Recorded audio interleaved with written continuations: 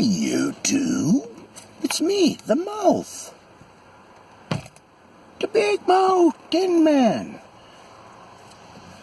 How are you? I'm just gonna do a video. My claims to fame with Bigfoot. Started last year on a Thursday night. I have severe tinnitus and hyperacusis. Deal with quite a bit of pain in the neck. One night I was sitting there thinking, man, I'm tired of this. And there's something better. Throwing that all out there and stuff. The next day I go to the doctor or specialist. I go to another community. I'm coming home. I tell him, it sucks. I'm coming home from him. Some guy's riding my tail. I'm mad. I pull over on the forest area, the back roads. There's one road called Dudney Trunk Road. It's a big back road here, our area anyway, so I pull over. I start walking in the forest. I start realizing I'm seeing footprints and stuff that look like actual feet. I start coming back every day. On the 13th day of coming to there, since that first day of coming home from the doctor's appointment, on the 13th day is where I had my first face-to-face experience. You can look at that up in the video. And then 2 days later, I think it was 2 days later maybe that I returned. But it might have been there a day between. Anyways, it would maybe be on video. So, with some of this video, I'll go into a certain amount of thought, and I'll try to stay away from that. I'm just going to try to stay on the practicalness of it. So on the 15th day, I had another encounter, where I call it, I believe I call it something like surrounded by Bigfoot. I don't give it 100% mark based on with my eyes. I really knew I was looking at somebody, but I really did feel that presence always there, and you can see in the video yourself what you think. Get a lot of support on that video. A few days later, on the 19th day, I have my third encounter. That's the one that I refer to as the big baboon-headed guy. And it's a whole left side profile. He does moving. He has a hand that he has on top of his head. He moves that. Lots of moving indication in there. He's on video for close to around 10 minutes. Watch it and learn. On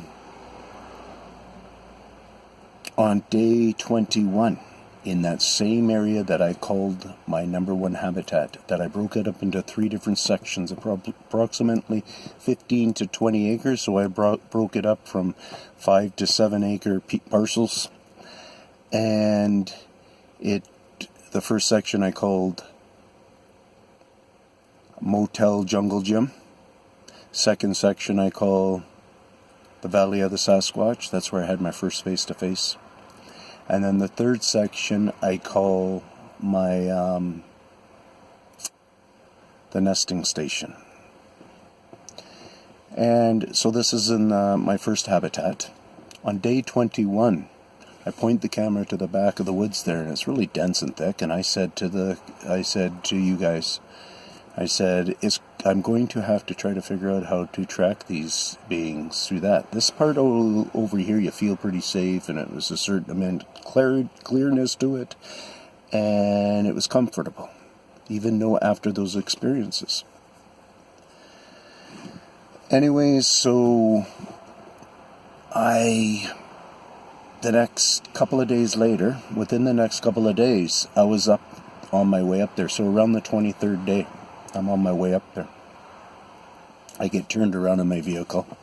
I end up kind of mixed up, and I decide, I'll just go up this. There's a trail here, so I'll park here and go up this trail. So I did that, and I went up that trail.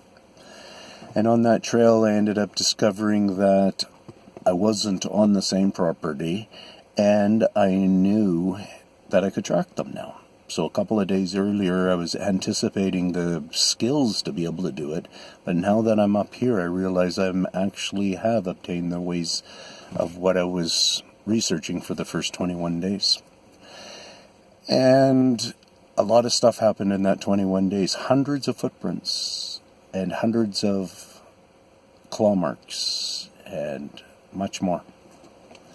And up on this first day of going in this other section here, I couldn't put 100% mark that I knew anybody was around, but I really, in my videos that I have, and from what I felt on that time, I did really think that there was activity out there and around in this area. On my way down, I seen what seemed to be a raven's wing. I lifted it up, raven or crow. I lifted it up. Under there is a baby bald eagle's skull, down to the bone. A blue heron's baby skull, down to the bone, still with the crown, I believe. And a snake skin, just a shed skin though, not his living skin. Just from the head, the neck, just around here, a piece of that was there, just from a shed. And yeah, that was pretty much it. I kept the baby skull of the eagle.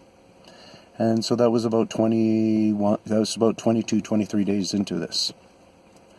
Well, I went home that evening and realized that my first habitat was on the other side of a big lake river dam system.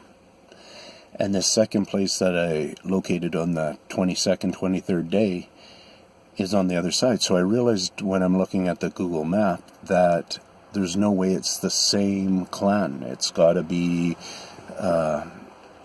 two separate clans, is my feeling, is what I felt. It would be too much work for just a male to be traveling that distance, is what I felt at that time. Now I have different thoughts there, but...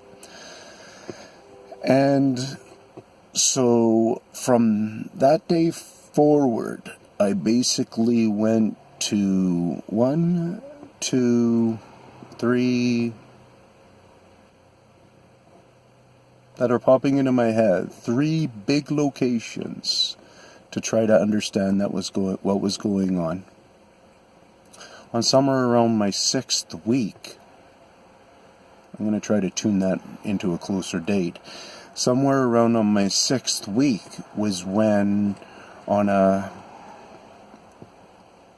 day afternoon, late afternoon, I went looking in a campground area to see if they were mucking around on our campgrounds, because I was detecting so much of their trail system and stuff. I was able to, like I said, track them. So I can, at that point there, now I know a lot more than I knew even then in the tracking. There's a lot of attributes in their tracking that makes it visible for us and understandable for us to be able to track them. And they're unaware a lot of this, and it's the more that they will become aware of what we're aware of, then they change that awareness. So it's one of their very much abilities and maybe even duties. So now that I was noticing them in those few different locations, and then I went to the campground, and I noticed during the day that they were mucking about there, but I did not get a feeling at all. I remember even talking about it, that they're not living here yet. This to me is all just pre-moving in. Somebody's in here doing up all this work. So the next day I felt a little antsy. Like, I was starting to really get worried at this time, guys. Like, very passionately worried. I'm starting to imagine tens of thousands of these beings out here.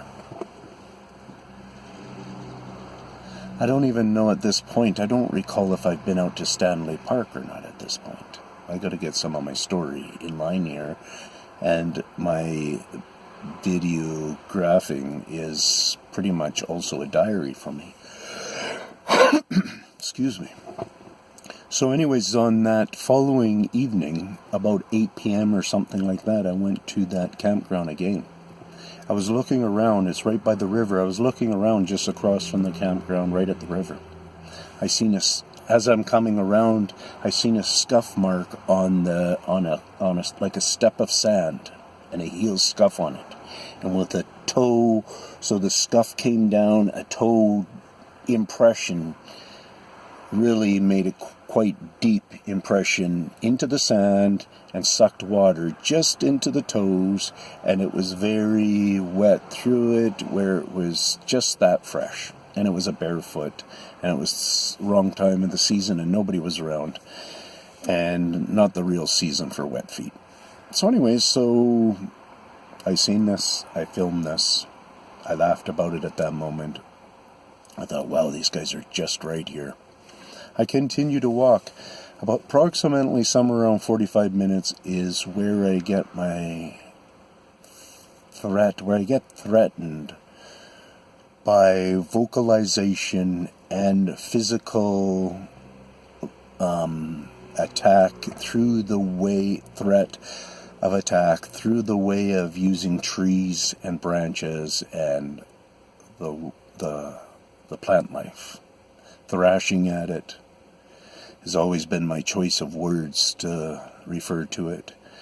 And growling at me, I was to the impression that there was more than one. And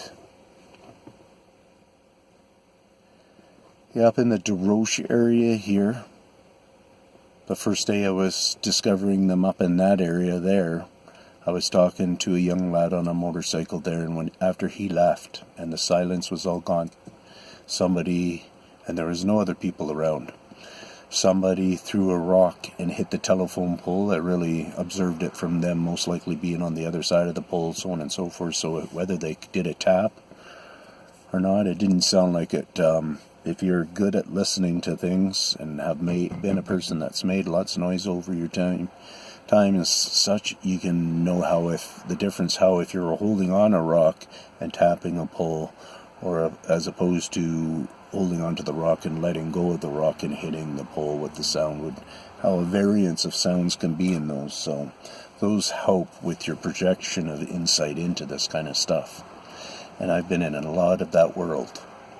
I've had to get out of a lot of trouble because of that stuff. I caused a lot of problems for myself and used a lot of smarts to figure out how to work around different things. So now these guys who've been working around us forever have gotten a different style coming at them, and that style is working around their science and their natural ways of getting by and hiding from us, and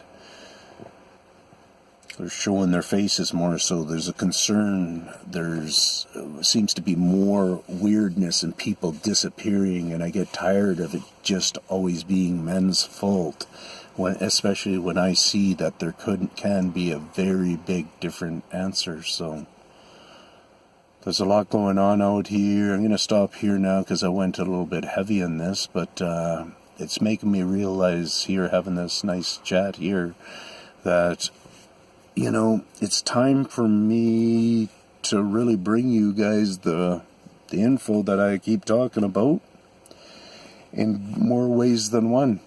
Through my old history of my last 1.5 to 2 years worth of documentation, I got really good factual stuff that I want to bring out and start repeating to you guys so you can understand the trail, and I don't just all of a sudden jump to 6 weeks, because my memory's not just serving me correctly at this time.